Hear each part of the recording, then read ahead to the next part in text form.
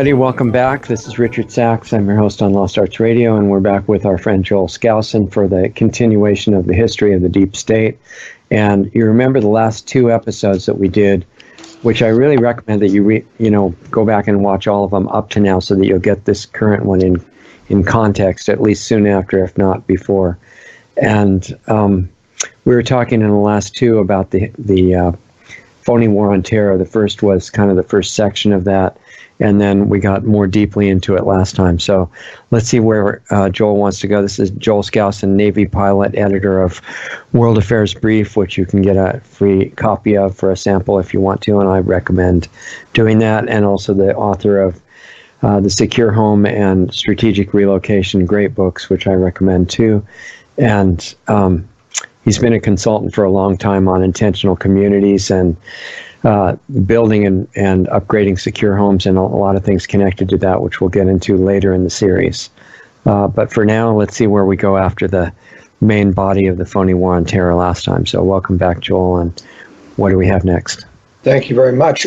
We talked about the specifics of the 9/11 attack and starting the war on terror. I want to go back this time first and fill in some of the blanks from 2001 through 2005, the specifics.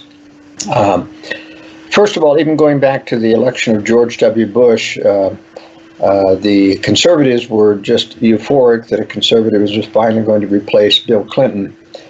But it's very telling that Bush did not overturn any of the Clinton executive orders that he signed just before he left office. And Bush could have done that. Not a single one. And of course, when Clinton left office, he exonerated and gave a pardon to hundreds of people, including his brother, who was guilty in prison, as well as the worst one, of course, was Mark Rich. Mark Rich was the international financier that actually he was guilty of tax evasion, and that's why he fled the country and became an international financier. But he is the one that I suspect set up the Clintons' secret Swiss bank accounts and operated their money laundering aspect, and so that's why he deserved a pardon. It's interesting that Mark Rich was also involved in setting up a special slush fund for Yasser Arafat, who was the radical leader of the Palestinian Liberation Organization. And what's interesting is that Mark Rich, being Jewish, was also tied to Israel, and Israel was tied to getting this money set up for Arafat. In other words, Israel was playing like Arafat was our enemy, but in fact, Israel has been long ruled by globalists, and those globalists, were controlling Arafat. And I mean, this was $300 million they had in his bank account when Arafat died in 2004, I believe, which happened during this period. But this is a very incestuous relationship with how the international banking establishment covers up for various globalists.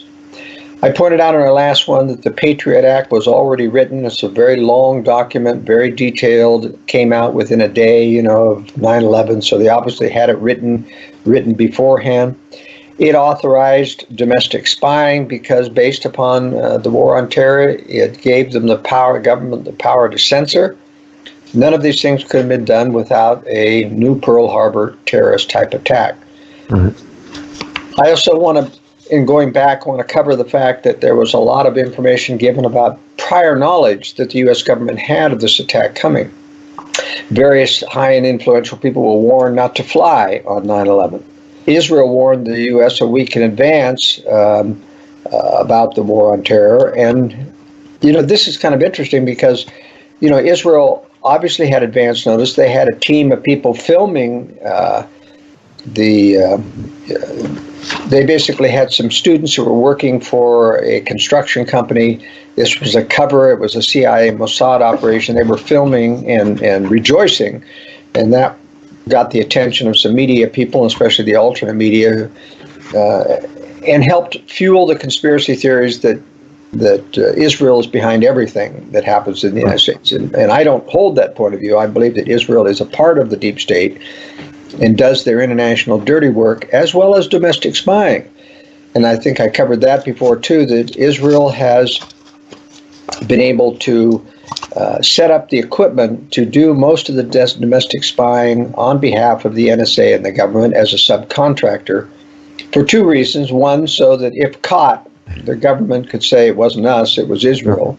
Right. And you know, Israel has this sacrosanct position in American politics that nobody can criticize Israel without being called anti-Semitic. And so there was a good deal of cover in saying, you know, we can let the Israelis take the blame if we get caught in spying, because nobody can hurt the Israelis. But secondly, because it was allowing Israel to steal technology as they surveilled and spied on everyone's telephone, including corporations. They were able to steal a lot of technology and get ahead technologically to boost Israeli technical sector, which is one of the most advanced in the world now. And sadly, they're allowed to share that technology not share, but sell that technology to China. And so that's one of the backdoor ways in which the deep state is being able to build future enemies, Russia and China, through Israel. Israel doesn't export to Russia, but it does to China. Other evidence of prior knowledge, the FBI was tracking all of the hijackers that it listed on that. In fact, a lot of them were CIA agents for a long time before. Many agents actually tried to blow the whistle on these hijackers, including the flight schools where they were taking flying lessons and couldn't fly. And these were Arabs, and the flight schools had contacted the FBI and tried to warn them that there was something up. And the FBI systematically shut down all of these whistleblowers. There was also the financial speculation, shorting stocks in the airliners that happened before that. Certain military bases were put on alert prior to 9/11.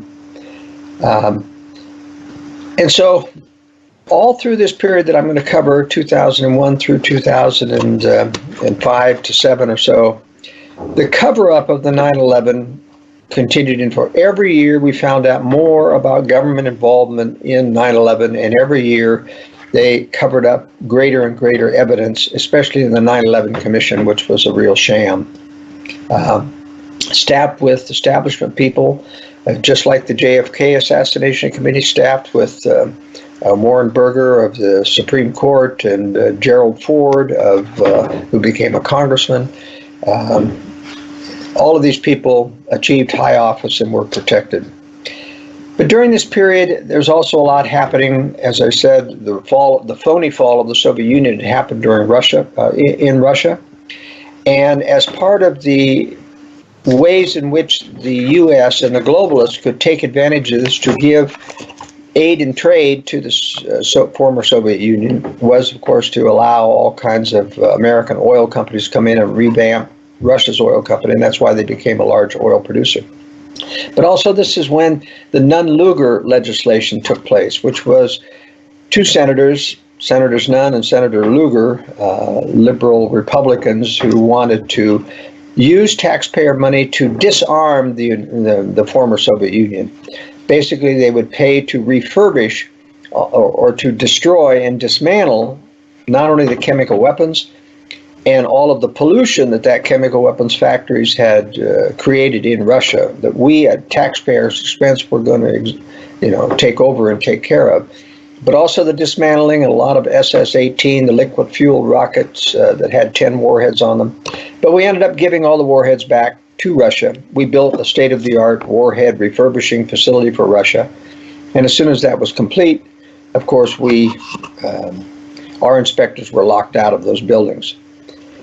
Interestingly, Bush, supposedly as a conservative, did what Clinton could not do. He proposed a U.S.-Russia disarmament pact whereby the U.S. would destroy 2/3 of their nuclear missiles.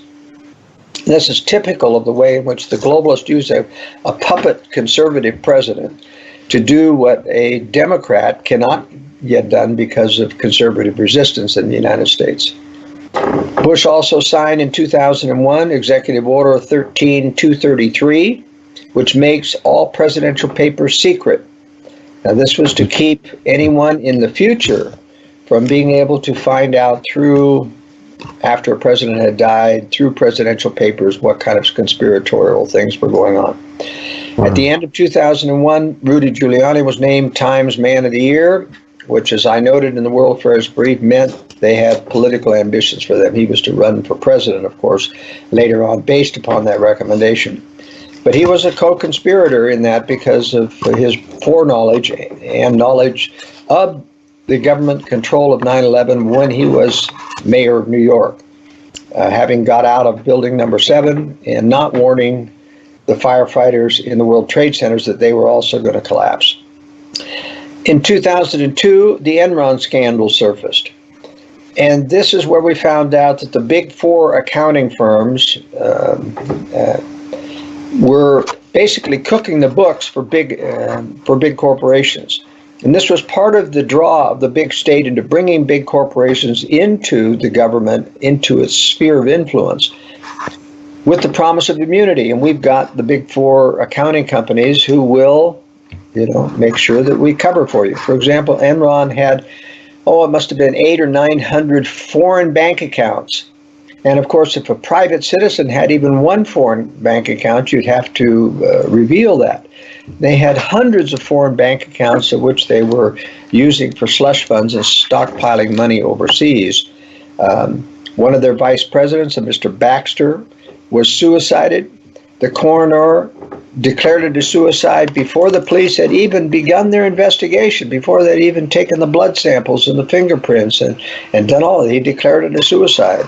This was clearly to silence someone so that in the ensuing investigation of the collapse of Enron, that they would not find out its government affiliations.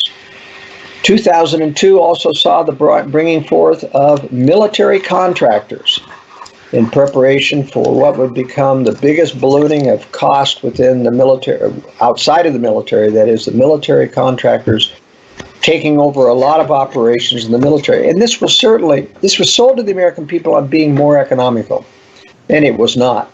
These military contractors are making thousands of dollars a week as compared to soldiers. And of course, corporations like DynCorp surfaced, who we found out later became involved in drug trafficking, in sex trafficking of underage girls in Kosovo and Albania. All of that was due to the military. And that started during the Bush administration, during a conservative administration. They can get through anything relying on the patriotic fervor of conservatives to back anything that's pro-military. The war in Afghanistan began in 2002. There was a lot of bombings of civilians in the shadow war in Afghanistan. A lot of this was done by the CIA. In Black Rock, Area Commander, U.S. Army General Tommy Franks, complained that he had no authority to countermand any of the CIA black operations. And this is more proof of a government deep state that that their arm of enforcement, the CIA, could get away with murder without anyone in the Army or the regular military being able to countermand them. Chemtrailing also came to the surface during 2002. That's when the first films started to surface, proving that they were spraying within the skies. Airliners looking down and seeing another airliner start to spray and turn off and on their spraying, and the commentary of pilots discussing that. That also shows that it's not just put into the fuel beforehand, right?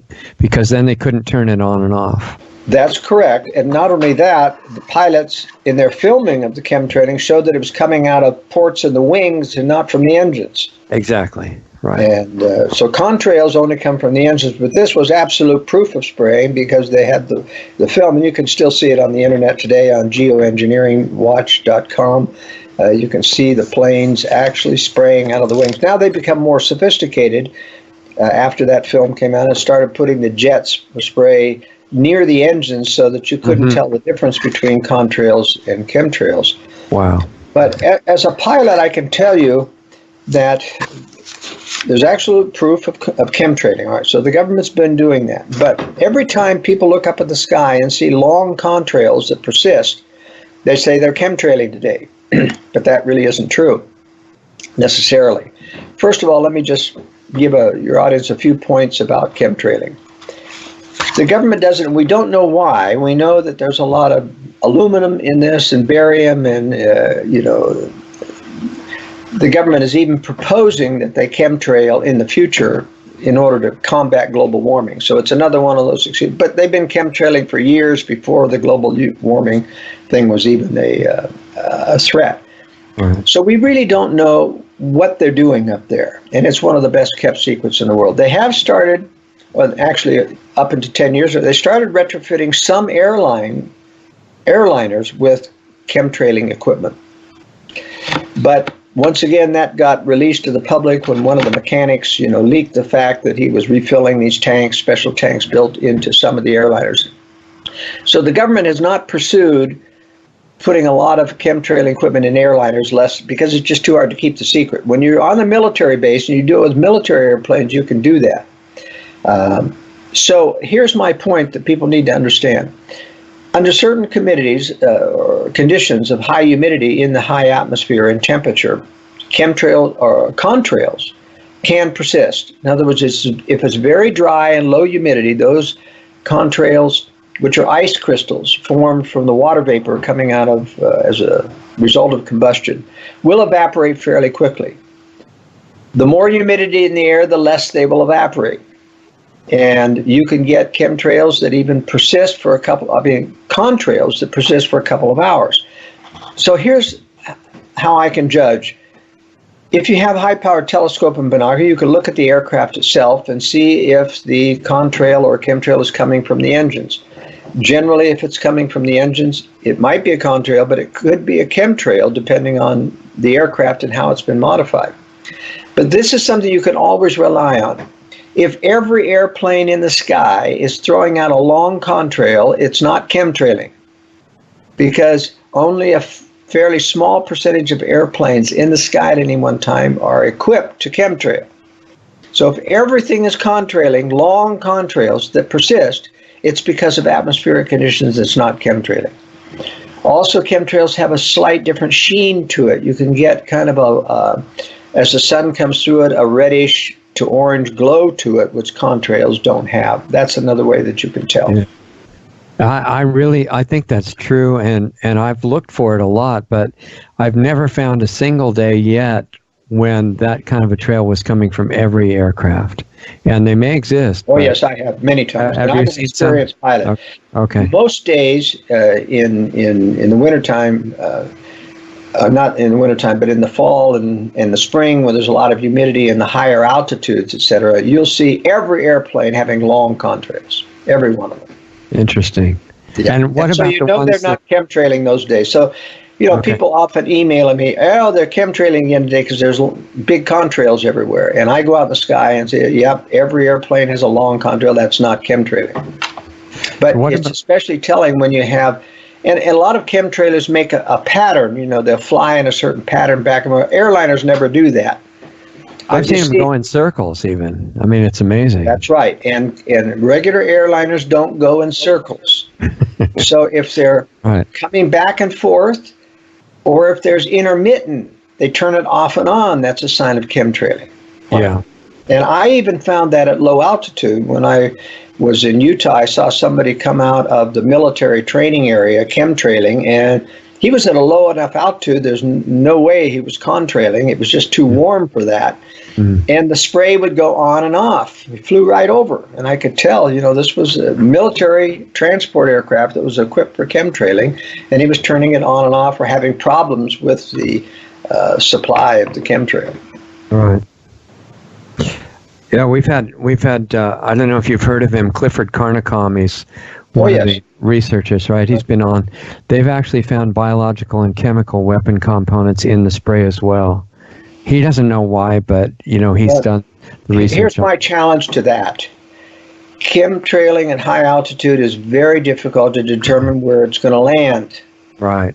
If the conspirators were trying to poison the people, they can't control it by putting out these chemtrails at 30,000 feet. You just can't control where it's going to come down. Have to assume everywhere, yeah. It's very difficult to get a chemical analysis of something that is so dispersed by the time it gets down. Now, there have been some, analysis of it.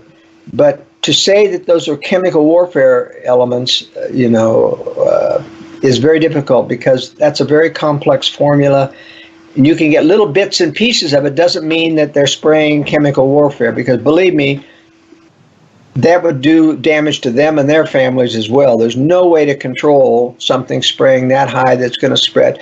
And besides, they're not targeting the persons down below. Those chemtrails are not going to come down for hundreds of miles by the time they get to the Earth under most high wind conditions. The jet stream is anywhere from 30 to 100 miles an hour up there at those altitudes, and it's going to drift a long way before it comes down.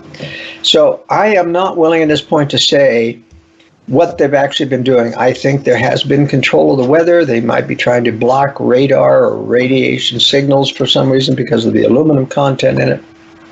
But all I do know is that it's up to no good, and it's one of the biggest long-standing conspiracies in the government to keep it secret. And so, but it's still an unknown. And it's happening worldwide. And it is happening in other countries. And none of the high officials say anything. So there's some system in place that can control these high government officials across all these cultures. And it's working. That's the system we're talking about. The deep state is more than just in the United States. They control all Western governments. In fact, every government, even poor Zelensky's government in Ukraine, has a deep state left over from the hidden communists that went underground, and they still run the bureaucracies in every one of these former Soviet states. And so even though President Trump, and I'll get into this when we talk in modern times, but even when President Trump didn't need to pressure Zelensky, there was the bureaucracy, the deep state in Ukraine that was resistant, because had they investigated the corruption, it would have implicated certain Ukrainians that went along with Biden in delivering the millions of dollars to Biden and the $87,000 a month to his son Hunter. So there was resistance, but it was at the lower bureaucratic level in Ukraine. So everyone has their own deep state to deal with. France, Germany, the UK, the various MI6 and MI5 are deep state organizations within Britain. Right. Now, going on here, in 2002, we talked about the rise of military contractors, and this is a very pernicious thing. It's actually gone down somewhat now because of all the excesses and all the bad press that military contractors got because they were above the law, obviously part of the deep state. And but it was part of probable deniability, where the government could do illegal acts through contractors, and they'd have less whistleblowers, by the way. All throughout the 1980s and the 1990s, you had all these whistleblowers coming out of the military complaining about being forced to run drugs and to pack drugs in their helicopters and their airplanes and other things. And so that's when, in 2002, they started this rise of military contractors. We're not going to use military people. We get too many whistleblowers. Let's do dedicated ex-military people that we can pre-vet as being unprincipled enough that they'll keep the secrets, and we'll pay them a lot of money and blackmail them. And that's why they were involved in sex trafficking, because that's part of the blackmail routine, is that you get your DynCorp and your other military contractors involved in sex overseas, and you film them so that you've got blackmail on them so they won't become whistleblowers. They could become government officials and industry executives, though, right? Yeah. But normally, a lot of these hardened military people don't make good executives. Very little of them, do that. The war in Afghanistan began first after the war on 9/11. A lot of bombing of civilians, etc. And we saw in 2002 then the beginning of the setting of the stage for the war in Iraq. And remember, both the invasion of Afghanistan and the invasion of Iraq were planned before 9/11.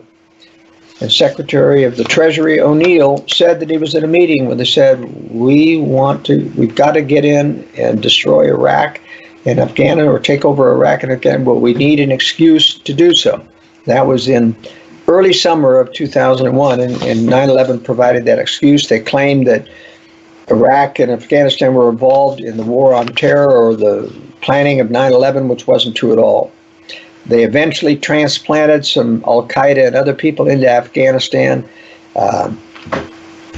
to claim that that's where they came from. And of course, Osama bin Laden worked in Afghanistan at the behest of the CIA when he was fighting the Russians when he was there. So it was pretty easy to say that there were terrorists in Afghanistan. Also, the war against the EU started in about 2002. France began to rise up in resistance against the globalists in the EU with the National Front Party of Jean-Marie Le Pen. And there was a massive media outpouring against this right-wing extremist, Jean-Marie Le Pen.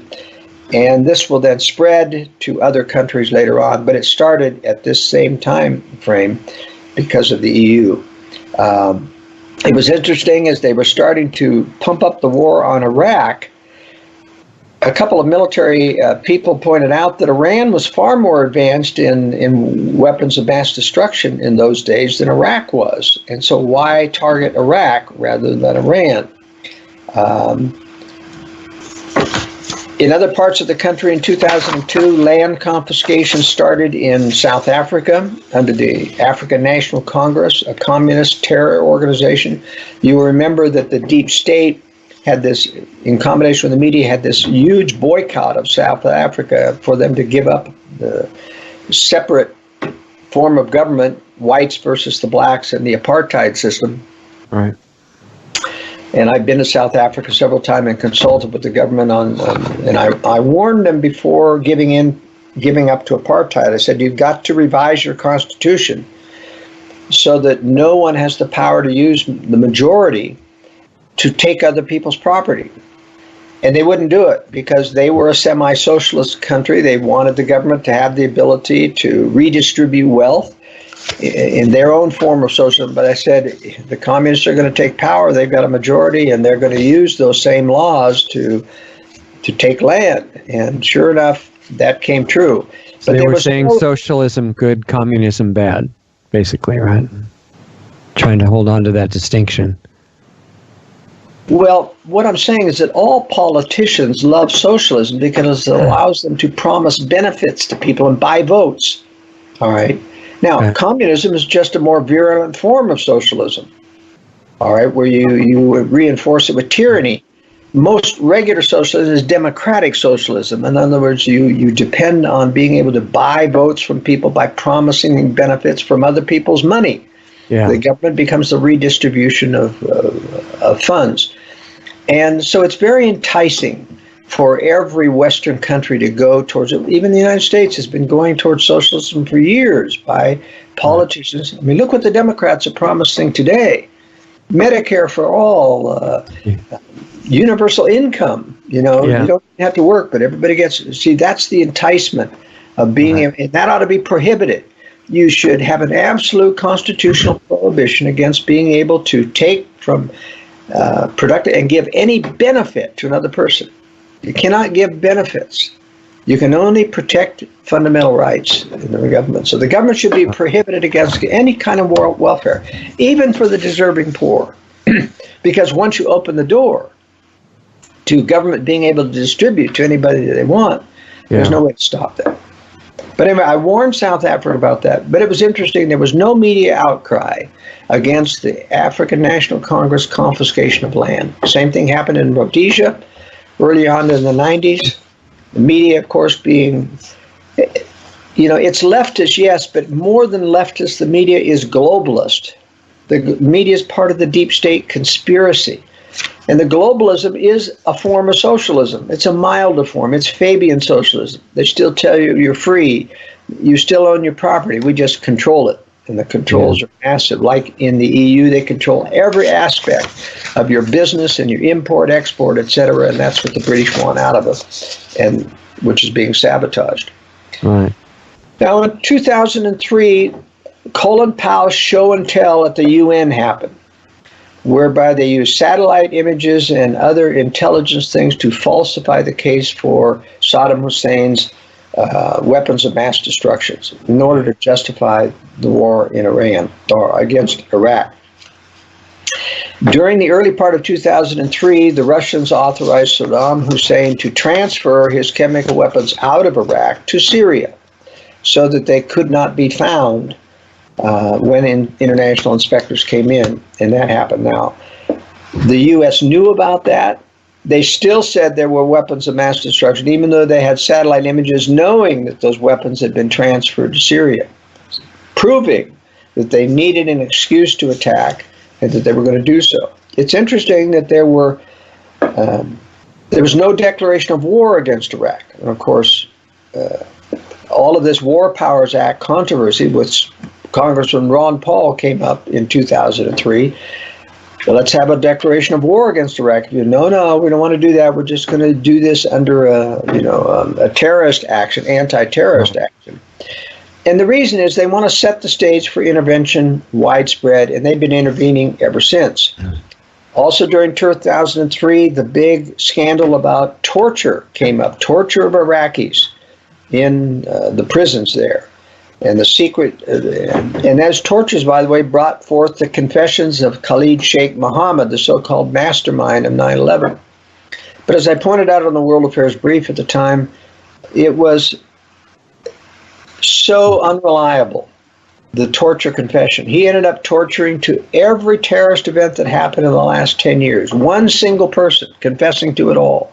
Yeah. It was so obvious to everyone that this was just a sham.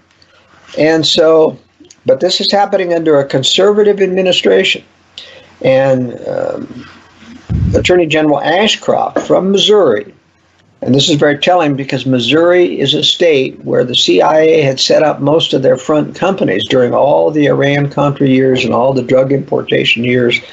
Missouri was the go-to, and Ashcroft was in charge of Missouri during that period when the CIA was setting up all those funds. So that's one of the reasons why he got to be Attorney General under Bush, is that he was the CIA's man. Mm-hmm. And even though Bush and Ashcroft claimed great success in the war on terror in 2003, they continued to ask for more surveillance power. And this is typical. You accentuate the war on terror and you ask for more surveillance power. You had continual TSA increasing of their demands on American travelers. You had the shoe bomber happen, which was a falsified terrorist attempt on an airliner where a person tried to light plastic explosive hidden in the heel of a shoe. Was that the one who got this mysterious escort telling the counter at the ticket place that he didn't need any identification? No, that was the crotch bomber. Oh, so sorry. There are two things. There's the shoe bomber and the crotch bomber. Right. All right. So the shoe bomber was the first one, which forced the TSA to make sure everybody has to take off their shoes.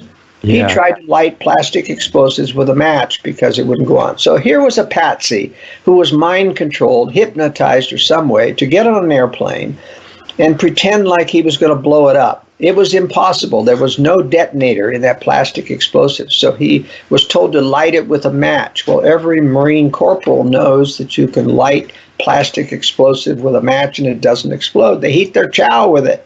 Right. They take off the plastic explosive tabs off the mortars and they heat their chow with it. So no trained terrorist would have thought that he could blow up the airplane by lighting it with a match. So that was the proof that this was a patsy. Then the crotch bomber came along, and he was escorted onto the airplane by a fellow from India who showed his credentials to the people and told them that he's putting this person without a passport, without any, but he was using his credentials to put the airplane on the airplane. Do we have any idea who that was? No, we don't. I mean, he was. There was a lawyer from, I think, Chicago who was on that airplane who documented the whole thing, and I covered that extensively in the World Affairs Brief, and he was very, very sharp about that and knew that this was obviously a government-related patsy, and he had plastic explosive hidden in his pants, in his crotch, apparently, and he, again, tried to light it with a match and was caught. These guys are willing to go through the unpleasantness of being in an explosive event because they're expecting to go to paradise, I assume, right? Is that No, I don't think. For whatever reason, I think these are mind-controlled and hypnotized. Okay. And the guy was clearly out of it, said the lawyer. He said he was in a daze. He had to be hand carried, someone with his elbow, walking him onto the airplane. This guy was not capable of doing it on his own. So he had to be drugged or hypnotized or in some way disabled. But I think it has to be hypnotized because at some point he's got to try to light the explosives. So yeah. In any case, clearly a government operation in order to keep the people of America tied to this odious TSA requirements that we have. Right. Bush also began to cover for the Saudis as it became more available, the information about the Saudi involvement in 9/11. Both Ashcroft and Bush lobbied for the renewal of the Patriot Act. At this time, it was also became very much aware, and I covered in the World Affairs Brief, that George Shultz and Dick Cheney were really running the Bush administration. Shultz is the one who told the powers that be that he had properly got George H.W. Bush, or W. Bush, ready for the presidency. He was ready, even though he was a nobody. He knew nothing about foreign affairs, etc. But Dick Cheney was running the show during the Bush administration. Expanded its staff to over 600 to manage every part of government from his vice president's office.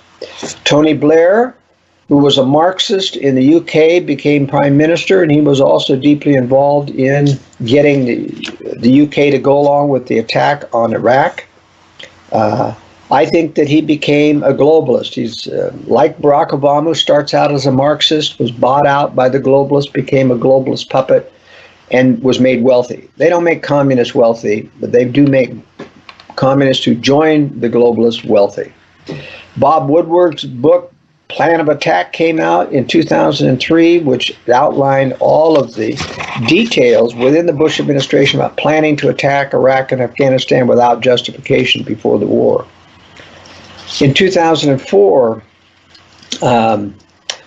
the torture became an issue again, and there were a lot of false flag claims about suitcase nukes out of Iraqis and other people in the United States, which I took time to debunk. Suitcase nukes, by the way, are the crown jewel of nuclear technology. To have it so miniaturized that you can put it in a suitcase. And the trigger events, the tritium triggers within the suitcase nukes have to be renewed every year. So it is not possible to have a stolen suitcase nuke that is going to be usable indefinitely, hidden in things. And these are the most highly prized weapons of the Soviet Union or China or the U.S., and they are not lost to terror. These things are put out as to foment the world on terror, to keep people afraid of this image of terrorism, to claim that suitcase nukes were stolen from the former Soviet Union. As I say, it never really fell. The government and military never lost control of their nukes, let alone the suitcase nukes. Okay. Revelations of Israeli spying came out again in 2004. The U.S. had to cover up and explain it away. Arafat died, and it was found out that he had over $300 million in a secret bank account in Switzerland, set up by the Israelis through Mark Rich. Interesting. Okay. Yeah. Most people would never believe that kind of connection. George W. Bush wins a second term over John Kerry. And they began now to target Iran and Syria and criticize them and their weapons of mass destruction. In 2005, we have more of everything, more inflation, more war, more corruption, more sin in the United States. So it's things are just getting worse under a Republican administration rather than better. Right. Now, in 2004, that's the first time we find that, oh, by the way, I think I did cover that in the last episode, but the war in Iraq was precipitated by the U.S. ambassador to Iraq, April Glaspie, telling Saddam Hussein, or at least his ambassador, who asked the U.S. what would they think if the U.S. invaded Kuwait. Right. And they said the U.S. would have no opinion, meaning they gave them the go-ahead. Yeah. As I explained before, Kuwait and Iraq both have an oil field under their borders, and Iraq was claiming that Kuwait was drawing too much out of the same common pool. and wanted them to invade. Now, I happen to think that Kuwait, being under the influence of the West, was told to overpump from their side so as to provoke a war with Iraq. Now, why the war in Iraq? It wasn't involved with terror. Saddam Hussein really wasn't a threat to anybody. It didn't have anything to do with 9/11. Well, in the first place, I think we have to understand the larger globalist agenda. As happened during the Clinton administration, they attacked Kosovo and Serbia, and they did so after the phony war of the fall of the Soviet Union in order to antagonize the Slavs against the West. Prior to that, after the fall of the Soviet Union, the Slavic people were very much pro-Western and wanted to get out far away from communism as possible. And so when the deep state authorized the bombing of civilian infrastructure in Serbia in response to the provoked war on Kosovo. Kosovo was, in fact, destabilized by the West by unleashing a bunch of communists from Albania, so Kosovarian communists in Albania, neighboring Albania, to come into Kosovo and tell all the Kosovarians under threat of death, you need to exit the country. So they created the exit and blamed it on the Serbs, as if the Serbs were pushing out the Kosovarians, which wasn't true at all. And so they authorized the bombing of Serbia, doing dams, electrical power plants, radio and television stations, hospitals. The U.S. bombed civilian infrastructure, bridges, roads, nothing military, to make the Slavic people hate the U.S. So the globalist agenda means if we're going to build for a World War III agenda, we need to provoke Russia and China into attacking the West. And we need to give them an excuse so they don't look like the aggressors. So we're going to become the bullies of the world. So even though there's oil machinations and there's regime change machinations, they use the excuse of the war on terror, which they created, the deep state, to create the image of the U.S. as the bully of the world, because the people in these countries know that they aren't creating the terrorists, that somebody else is creating the terrorists. And the U.S. is coming in and bombing civilian infrastructure in order to destroy people's confidence. Now, Iraq was designated as the one to start this hatred against the West. And that's why the U.S. bombed, Shiites and Sunnis and created hatred in both. Eventually bought off their militias so that they could win the war, and then proceeded to build the largest embassy in the world in the Green Zone in Baghdad. Right. And from that embassy in the world, they control the war on terror. Not from the U.S. embassies. The deep state works out of the embassy in Baghdad.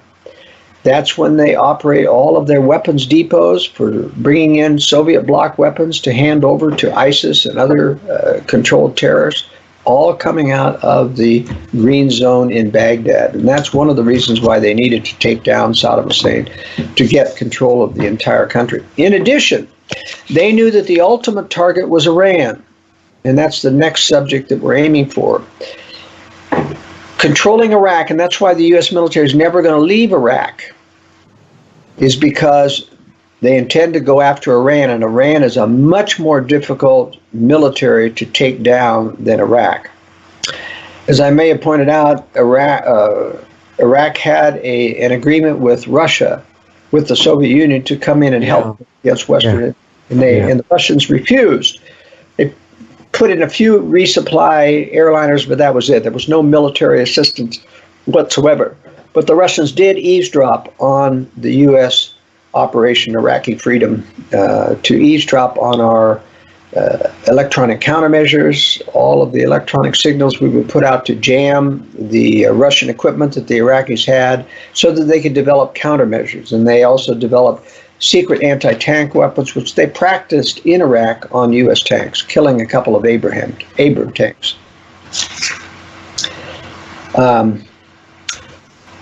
So in 2007, the U.S. had 3 aircraft carriers off the shores of Iran, threatening Iran with. This became known that Iran had a nuclear program. That nuclear program was, in fact, fomented by the CIA or the deep state.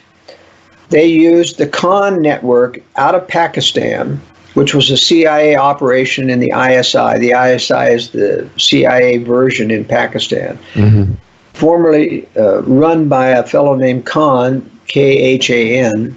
He was a CIA operated, and he would distribute to various entities around the world, like North Korea and Iran, plans for nuclear weapons and nuclear acceleration and enrichment programs. And he would do that so that the U.S. would have an excuse to attack those countries as threats to national security. So in essence, the U.S. built their attack on Iran based upon having fed Iran flawed plans on nuclear weapons. And they were flawed so that Iran wouldn't be able to actually build a nuclear weapon, but that the U.S. could claim that they were trying. Well, the Iranians are not dumb. The Iranians went to the French and got those plans corrected. And so they were on the road to nuclear weapons, not because they were after destroying Israel, as the U.S. claims. Right. That was a mistranslation of a talk by Prime Minister Ahmadinejad. He said basically the people who control Israel have to be removed. And that's what he was out to destroy. He was talking about the globalists who were in charge of Israel, he knew were part of the deep state. Now, if you knew that you were in the crosshairs of the deep state or the U.S. globalists, you'd want nuclear weapons too. So I don't blame Iran for wanting them. They have never attacked another country in terms of aggressors except the war on Iran and Iraq, which was kind of a mutual bad actors, war. Right. But in any case, based upon the threat that the U.S. intelligence community said that Iran faced about weapons of mass destruction and the threat to destroy Israel, they had 3 aircraft carriers off the coast of Iran ready to attack, clear back in 2007. And they even shot down an Iranian airliner to provoke Iran into attacking U.S. forces, but Iran didn't take the bait because it wasn't ready to take on the West. Yeah. Then Ron Paul decides to run for president in 2007 for the 2008 election.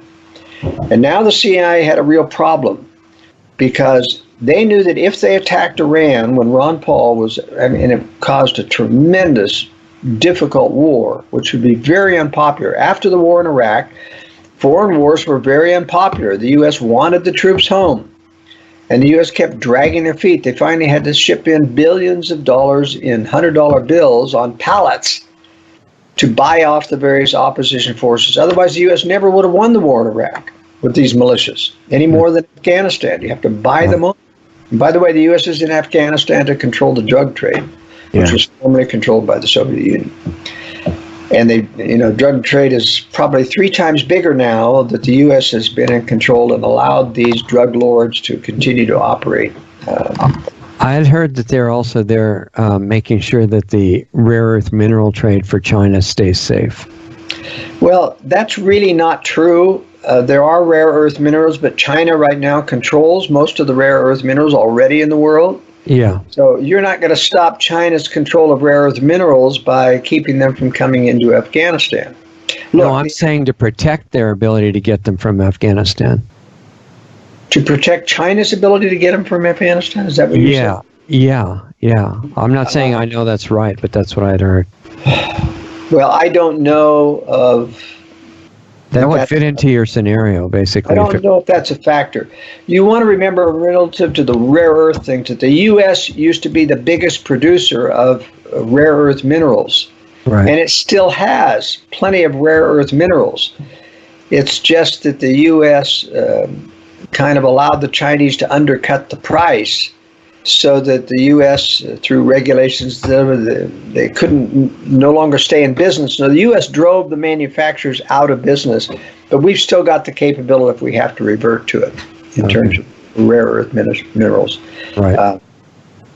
So Ron Paul's running for president. The U.S. decides that because of his great popularity, growing popularity about getting out of the war in Iraq, and that the U.S. cannot attack Iran. So they modify that year's National Intelligence Estimate, the NIE, to say, after 2 years of saying Iraq and warning Iraq's nuclear program, Iran's nuclear program, that Iran doesn't have a nuclear weapons program. Everyone's shocked. The NIE suddenly says Iran is not trying to develop nuclear weapons. And so that's an excuse to stand down. The aircraft carriers leave. Ron Paul is defeated in the primary through machinations of the Republican Party, manipulating the election to make sure he doesn't show the true results. I mean, this shows the deep state control over both parties at the highest levels. Once Ron Paul is defeated in 2008 in the primaries, 3 aircraft carriers back into Iraq. In the 2008 NIE says that Iran's weapons program is back online. Incredible manipulation. Yeah. Amazing coincidence. That's right. And so the attack has always been about Iran because Iran's the only Muslim country threatening to become self-sufficient in weapons production of everything: missiles, nuclear weapons, airplanes, drones, and they're showing that they have a formidable occasion. So what happens is Israel decides that they're not going to attack Iran. They've been tasked since 2004 to attack Iran and start the war with Iran. First of all, Iraq delayed that. They had to get Iraq out of the way. Once Iraq was out of the way, Iran is in the crosshairs. Israel gets cold feet and says to the globalists, no, we're not going to attack Iran until you get rid of Syria first, because Syria has all these chemical weapons transferred from Iran, and they've got 1,000 Scud missiles. They can overwhelm our missile defense system. You got to take care of Iran. So the U.S. decides to start to target Iran. Target Syria. Syria, right. Target Syria. Before they target Syria, in between this period of time, the U.S. did the color revolutions within Tunisia, Egypt, and Libya, whereby they sent in agents to destabilize, to create rebellion within the country, to destabilize particularly Gaddafi and what was the president of Mubarak in Egypt. And they overthrow both of them through intervention, using social media and other things to enliven people. But in Libya, they had to do a no-fly zone, which was only a one-way flow, no-fly zone. They sent in commandos. They sent in cruise missiles. They attacked their military. They fed the arms and ammunition to the rebels so that they could defeat Muammar Gaddafi. Gaddafi was a dictator. He did have absolute powers. But if there ever was a benevolent dictator in Africa, it was Muammar Gaddafi. He used 90% of his oil revenues to fund education and welfare of the people. Right. And so it was quite a benevolent one, and the globalists couldn't have that. They overthrew them. But the reason for overthrowing it in these 3 countries was to create a wave of terrorists that they could import into Syria in order to overthrow Syria. And so they caused a rebellion within Syria, and there was always some opposition within Syria to the Bashar al-Assad regime. Remember, Bashar al-Assad's father was Hafez al-Assad, who was a bad guy. And he had a ruthless control over people. He was quite unpopular with a certain sector. And he ran torture. And in fact, the CIA took and sent one of their people to be tortured by Assad in Syria, called Rendered or Rendition, part of a black site. Mm-hmm. So we know that Assad also had a relationship with the deep state. His preferred son to take over Syria after Assad's death died in a car crash, and so the only son left over was Bashar al-Assad, a mild-mannered, Western-trained ophthalmologist who did not want to be president.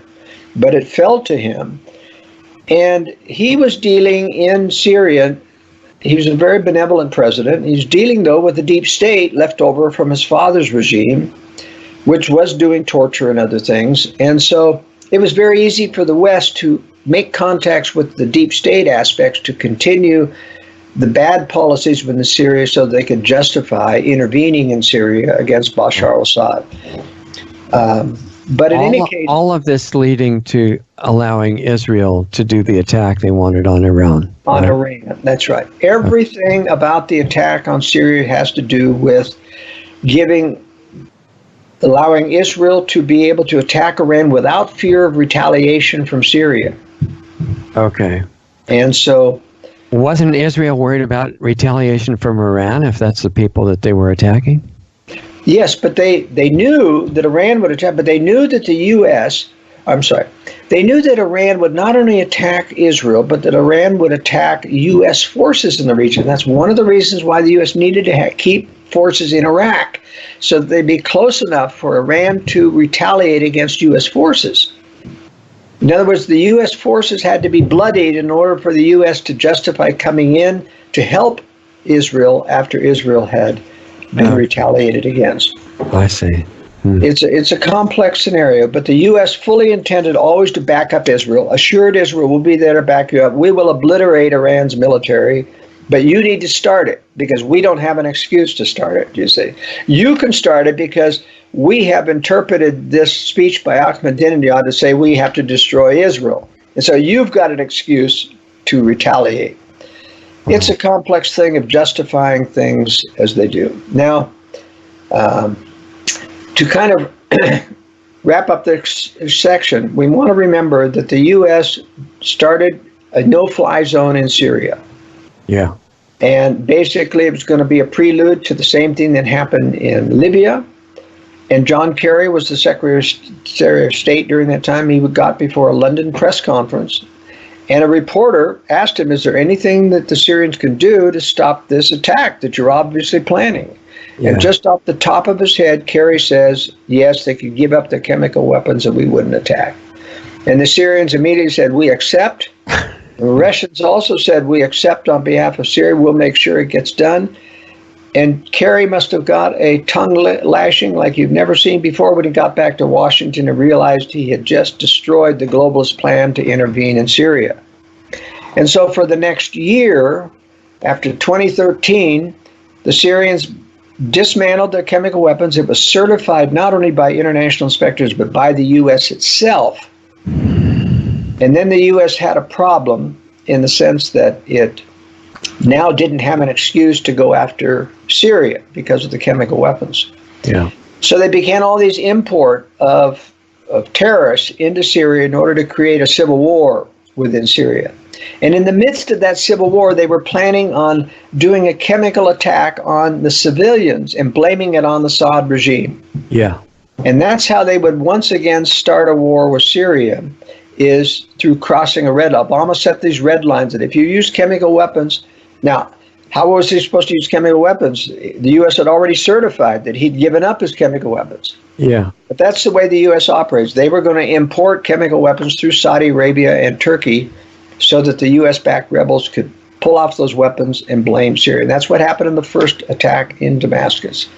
Literally impossible that Bashar al-Assad would have used chemical weapons. In the first place, it has no place in an urban environment.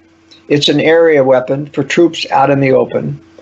There's no advantage to using chemical weapons. They're going to get your own soldiers. They're going to get civilians. And so no sane person would use chemical weapons in a city, only if you're going to provoke an international reaction. And so that's what happened. They provoked an international reaction and through the chemical weapons attacks. And so that's why the U.S. Essentially restarted the war in Syria. Now, before that happened, by the way, after the chemical weapons agreement had been made, the U.S. had to have an excuse to step down from its attack status on Iran. Because remember, there were 3 aircraft carriers constantly off Iran, threatening with an attack. But since they couldn't attack Iran until Syria was out of the way, now Syria was going to take a long more time to get out of the way. The U.S. came to Iran and said, let's make a deal on nuclear weapons. Iran didn't approach the U.S. The U.S. approached Iran in order to have an excuse to stand down. They wanted to deal with Iran. And they set the deal up so that it would have a trap in it, so that they could restart the war with Iran based upon violations of this Iran nuclear agreement once that Syria was out of the way. So that's the background between the Iran nuclear. It wasn't a stupidity on the part of Obama administration giving in to Iran. It was a trap by the CIA to have an excuse to stand down from Iran for a while and yet restart, because they put in the third round of the talks the stipulation that Iran could not develop any nuclear capable missiles.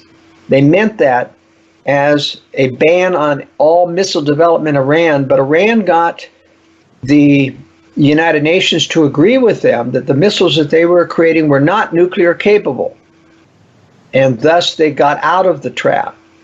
And that's why when Donald Trump got elected, the globalists got to him and said, now you can get out of because they knew the nuclear agreement wasn't going to, the trap was gone.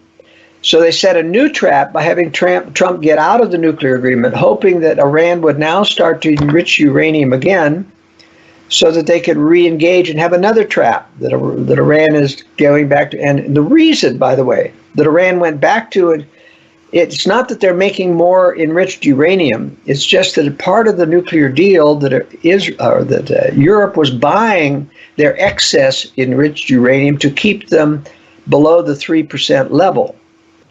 And once the sanctions set in, Europe was banned from buying further enriched uranium from it. So it automatically puts Iran over the limit, even though they're not creating more.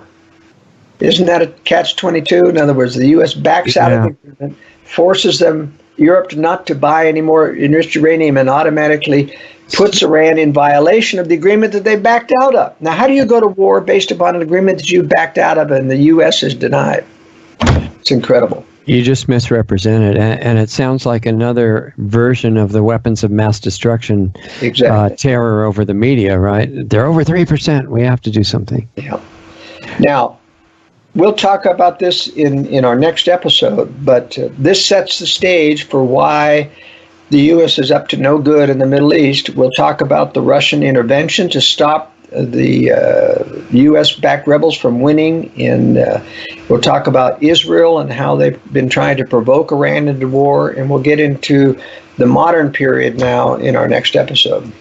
Why does again, you may have said this, but just to make it clearer, why does the deep state eventually want the U.S. military to attack and destroy Iran? What's the ultimate reason for that? Because every other Muslim country in the Middle East is beholden to the West or the East for their weapon systems, and almost all of them are beholden to the West now. So they can control them.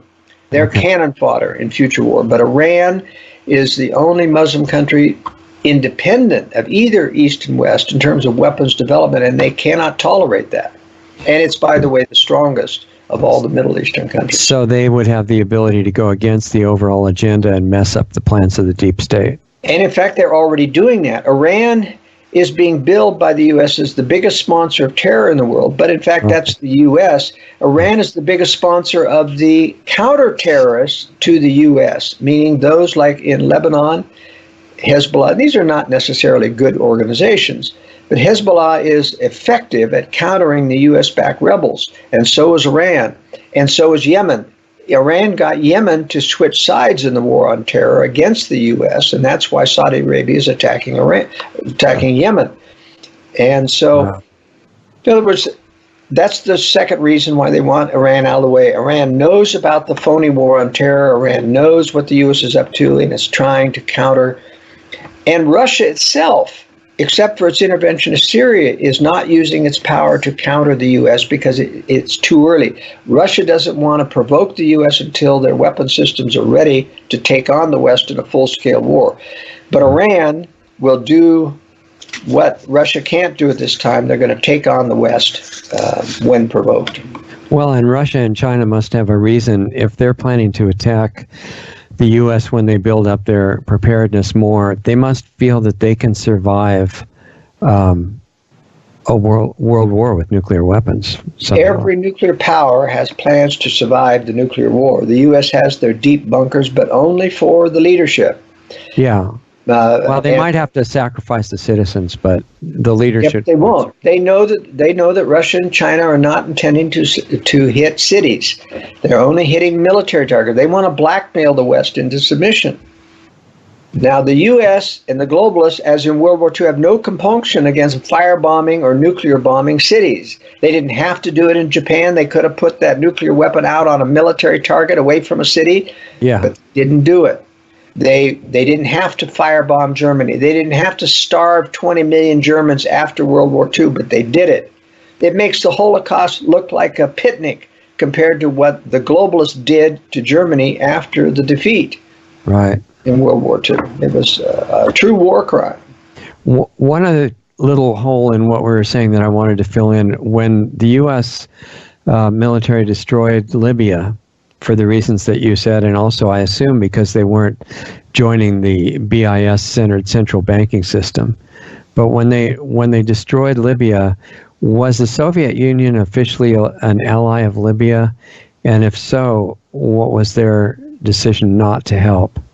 Same thing as in Iraq. Yes, they had supplied all of the weapon systems to Iraq, including MiG aircraft, which were shot down a lot during the war in Libya.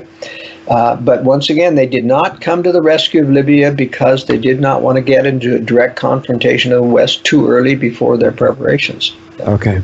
All right. So we got a lot of interesting stuff coming up for next time, and we'll try to get through the week waiting for that, and then see you next time. So hold on, and we'll say goodbye in the break here. Okay, so there goes Joel Skousen, editor of World Affairs Brief. I hope you got a lot. I was going to say I hope you enjoyed it, but it's pretty dark, scenario for the future in what the picture Joel's painting.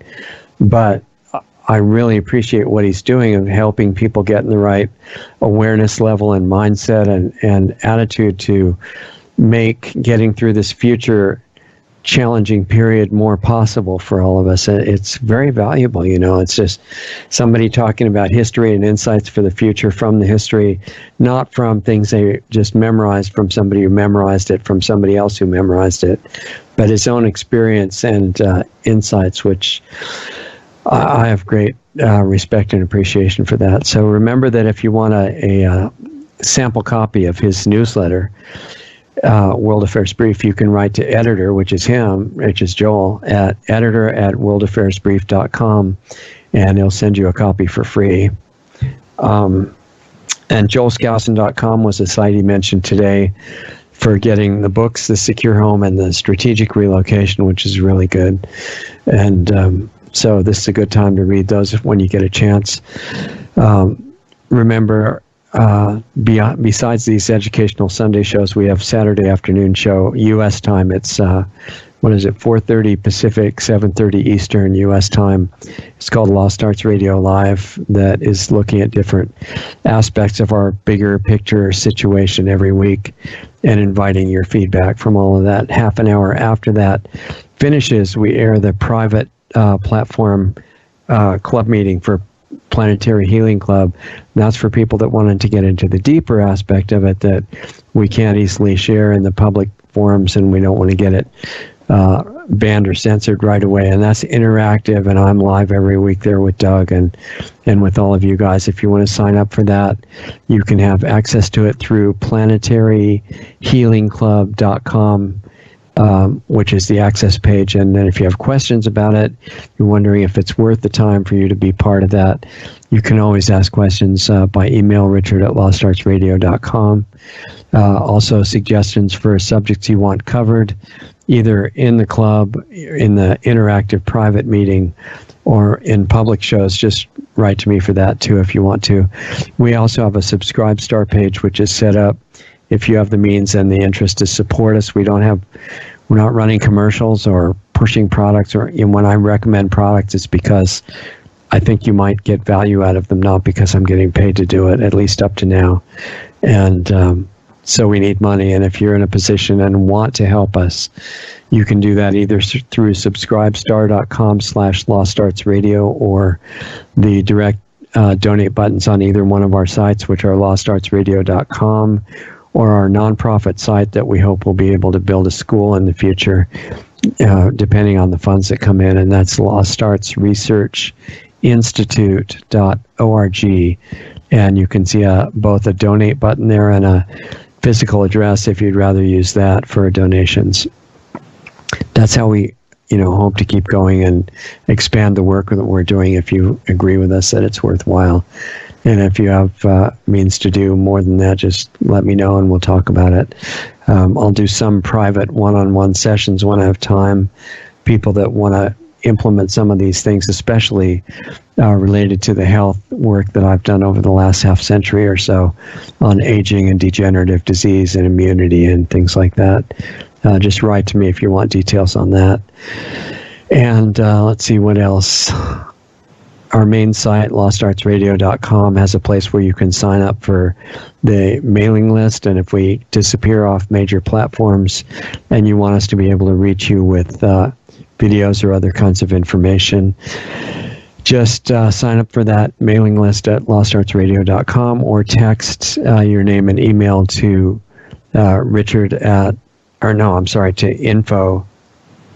text it. Sorry, getting these things mixed up. I got it written down here because I forget the number. Text your name and email address to get on the mailing list to 928-235-4676. Or you can write, what I was thinking of, you can write to info@lostartsradio.com, a name and an email address, and you'll be on that list as well for if we need it in the future. Other than that, I think that's about it. We always like to hear your feedback, so feel free to reach out to either one of us, Richard or Doug, at lostartsradio.com, and we read everything that you send in and respond as time allows. And really appreciate you sharing the time with us. Take a look at Joel's information on his sites and in his books. It's really well worth studying, and we'll look forward to seeing you next time. Talk to you soon. Introducing Lost Arts Radio on Subscribestar.com. Just go to subscribestar.com/lostartsradio to find our rewards program, offering 10 different giving levels starting at just $5 a month.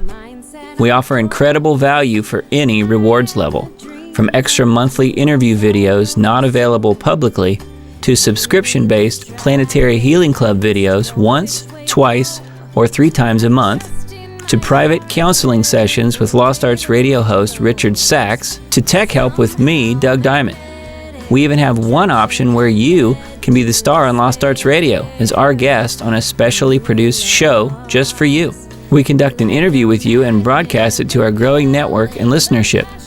Our Subscribe Star levels are one of a kind and offer great rewards for any budget. Please help support Lost Arts Radio. We can't do it without you. With increasing censorship on many of our channels, we really need your support today to keep doing what we're doing. As Richard says, we're not even at survival level yet. Lost Arts Radio has 3 weekly shows. Lost Arts Radio Live each Saturday night at 7:30 Eastern, 4:30 Pacific, which is a live stream currently on multiple platforms in case we get banned from some of the larger ones. Right now, we're on 2 YouTube channels, Facebook Live, Periscope, which is Twitter, Twitch, and DLive. You can access these broadcasts by going to www.lostartsradio.com/live for all the links to those channels. The Planetary Healing Club meets right after Lost Arts Radio Live at 9 p.m. Eastern, 6 p.m. Pacific on Saturday nights. And our Sunday show with guests airs at 9 p.m. Eastern, 6 p.m. Pacific on Sunday nights on our Blog Talk Radio channel, our YouTube channels, Facebook pages, and on Brighteon. Be sure to sign up for our free email list just in case we do get banned on big tech's platforms. It's just a matter of time, really. They don't like the stuff we talk about, and they do not want the truth out there. In fact, they have already attacked us numerous times. Join our free email list so we can let you know where we are and how to access our shows. The sign-up button is right on the top right on most pages of our website. The best starting point for all things Lost Arts Radio is our main site, lostartsradio.com, where you can find the hottest news selection videos that we curate just for you. Those are on the homepage and added to daily, as well as articles and breaking news about information you really need to know. Our show archives, the 10 most recent shows, are right on our homepage, as well as our Blog Talk Radio page at blogtalkradio.com/lostartsradio, or just click the All Things Radio Show tab right on our website. We're in the podcast directory on iTunes, and all of our shows except the banned ones are on our YouTube channels at Lost Arts Radio and at Diamond Disc. Our Brighteon page is really taking off, and we often have editors' picks videos right on their homepage. Visit brighteon.com/channel/LostArtsRadio. On our site, you can also access our free listener forum as well as sign up for the Planetary Healing Club, which is just $25 a month, where you get private access to a one-on-one interaction with host Richard Sachs and myself and the other club members who participate live. More info can be found at planetaryhealingclub.com, We're providing solutions in there to make the world a better place. Come join us. Stay tuned, because up next, you'll get to hear a really great song by an independent artist that we're doing our best to support. Go to lostartsradio.com/music for the full list of all the great songs and bands that we spin on our audio-only podcast shows. If you're in a band and want to submit a song for consideration for airplay on Lost Arts Radio, visit my website at diamonddiscaudio.com for more information about the music placement, mastering, and mixing work that I do. Thanks again for listening to and supporting Lost Arts Radio. We love having you as part of our family to learn, experience, and grow with.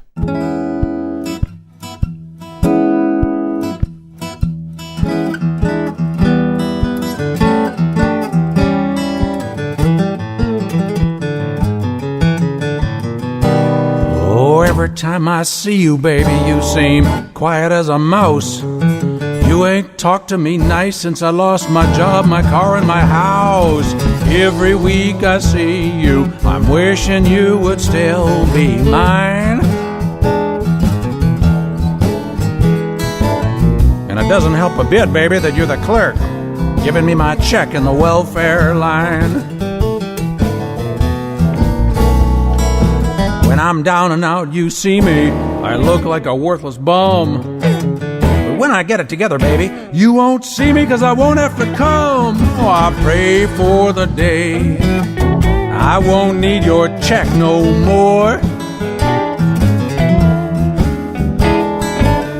But then I guess you won't be much impressed with me if I ain't even walking in the door. I'll try to borrow my buddy's car. Maybe he'll loan me his suit. I'll be able to take you out, baby, just as soon as you give me my loot. It's a shame, shame, shame I got to crawl for you this way. But damn, if I don't have to crawl, I guess that means you don't have to give me my pay.